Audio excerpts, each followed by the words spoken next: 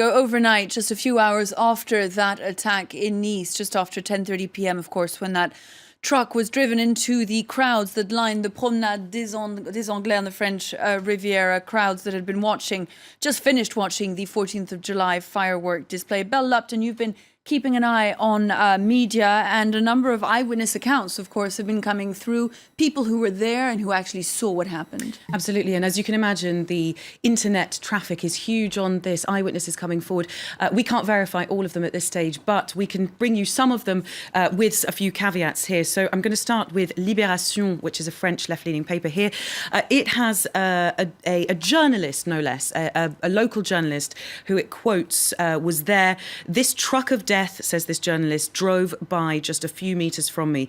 And this journalist writes in quite poetic style, I saw bodies flying like bowling pins in the wake of this truck. I heard screams I will never forget. I was paralyzed with shock.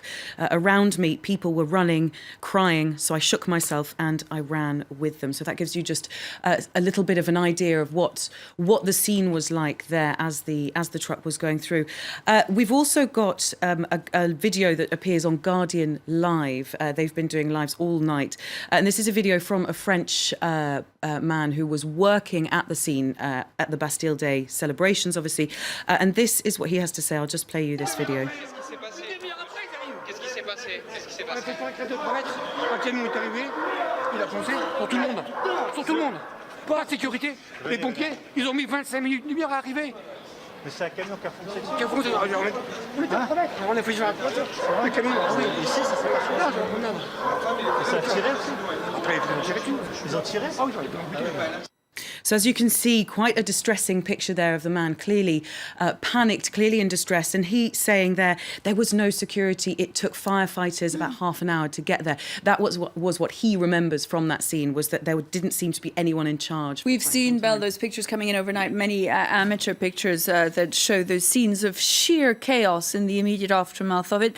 Internet's being used also this morning and has been used overnight, tragically, by people looking for relatives that they haven't heard from since 10:30 p.m. last night. That's exactly right, Melissa. And the Nice town hall itself gave this advice before people started looking. Right in the aftermath, they were saying, stay at your homes. This is released on Twitter. Stay at your homes.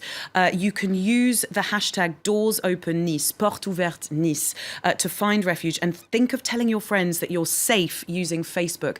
Now, the Porte Ouverte was obviously a hashtag that we saw in Paris during the attacks back in November. It's that same hashtag, this time, of course, with Nice tagged on the end. Because this attack was shorter lived than those attacks in November, which were sustained in Paris, the hashtag quickly morphed into a way, as you just said, of finding loved ones who were potentially lost.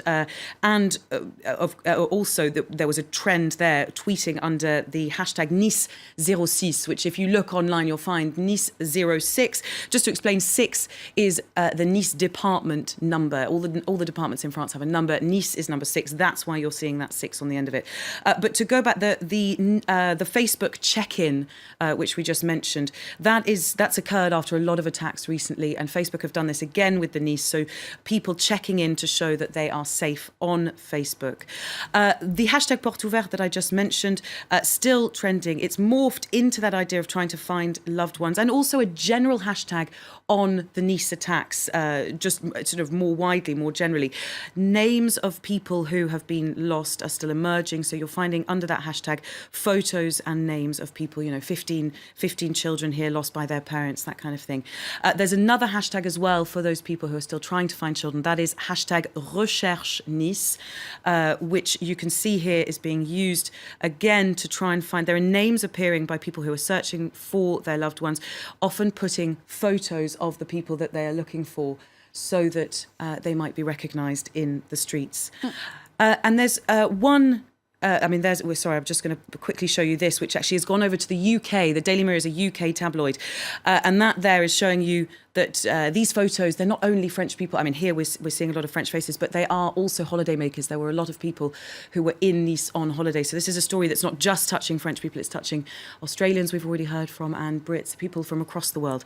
There is one happy story in this, carnage, which is a story of an 8-month-old baby who was missing by his parents. His parents put a post on Facebook saying, please help us to find our 8-month-old baby. They described the baby in a blue buggy. The baby was of Madagascan and Lao descent. Please call us, and they put their number down if they find him. And amazingly, a few hours later, the baby was found and returned to those parents, obviously incredibly worried parents, who then took to Facebook saying thank you for all of the messages of support that they'd had, and of course for the finding of their child. They hadn't been able to reply to all of them. One good news story in the tragic events then of last night. You've been having a look also, Belle, at the front pages this morning. Yes, I have indeed, and I'll bring you some of those. First of all, we start with the local pages. Carnage à Nice, carnage in Nice. The photos of the bodies there in the street that we've been seeing already throughout the night and throughout the morning. Facts, of course, being updated since these editions were put to print. You know, death tolls have already been updated. But I'll bring you as well the words being used. So l'horreur, the horror, on the title of this other local paper, La Provence. That word again being used by Le Parisien, this time a national paper, which says l'horreur à Nice. Thank you very much indeed, Belle Lupton. A look there at the front pages this morning. And a country in